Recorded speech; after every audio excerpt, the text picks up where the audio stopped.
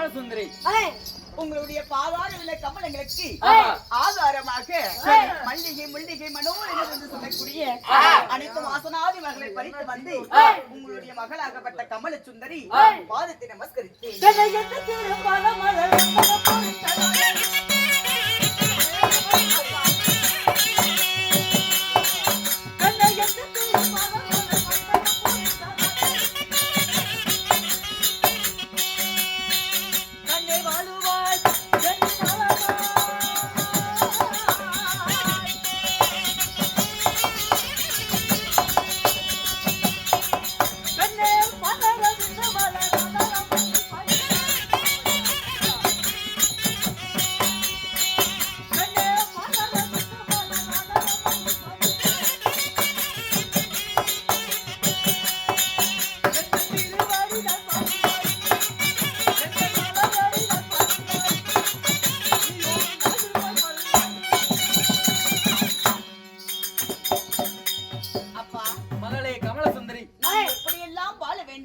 என்னுடைய பாதத்தை ஆதாரமாக பண்ண காரணத்தினாலே இந்த கடல் சொந்த நெறிய பூ உலகத்தில் என்றென்றும் நீ சுப சேபமாக வந்திருப்பாய் கண்ணி.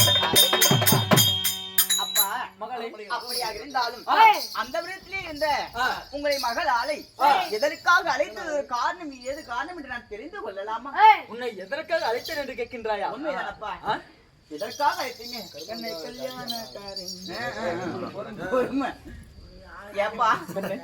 ஆசையோடு அன்போடு அரண்மனையில் அமர்ந்திருக்கும் வேளையிலே அதை சீக்கிரமாக பார்க்க வேண்டும் என்று சொல்லி தோழிமார்களை விட்டு அழைத்ததொரு காரணம் யாது காரணம்? அப்படியா?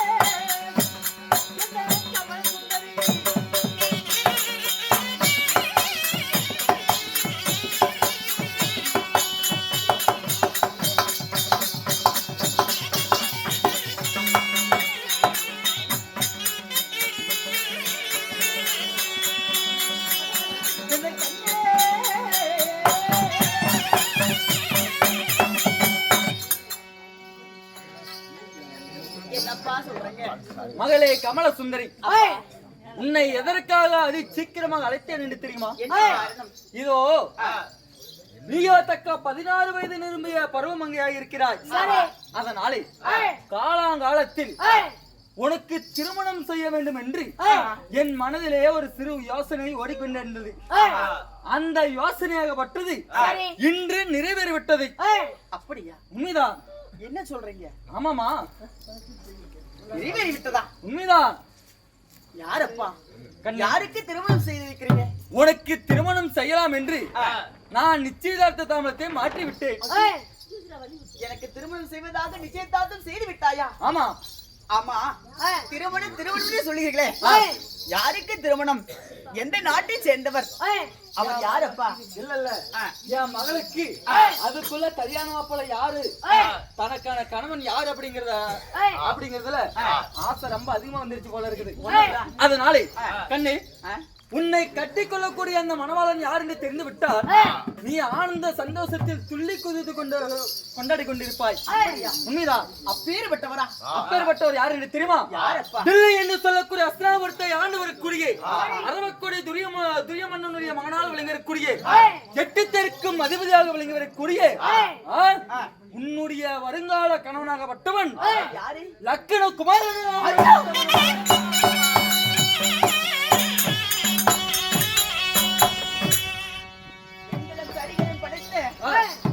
அஸ்தினாபுரத்தை சேர்ந்து வரக்கூடிய மன்னனுடைய மகனாகப்பட்ட லக்னகுமாரனா? உண்மைதான்.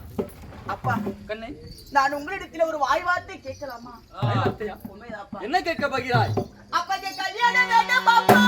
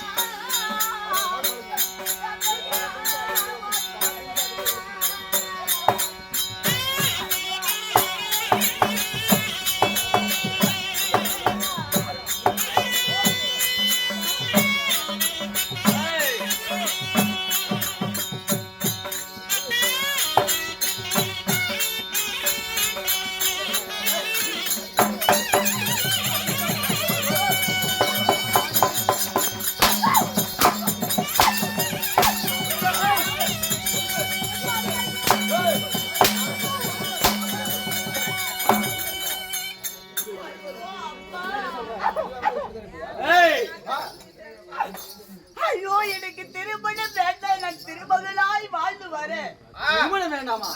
எனக்கு மணமாலை வேண்டும், நான் மணமாளாக வாழ்ந்து வரேன். நான் மகளாக எப்பொழுதும் நான் மணமகளாக இருப்பேன் அல்லவா? எனக்கு எதற்காக திருமணம்? ஒருபோதும் திருமணம் வேண்டாம் அப்பா.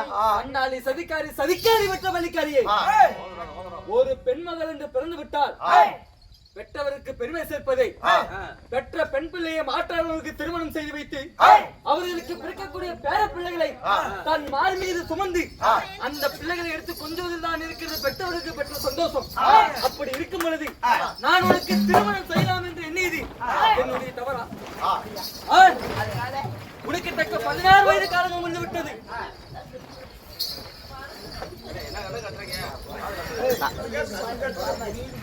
என்ன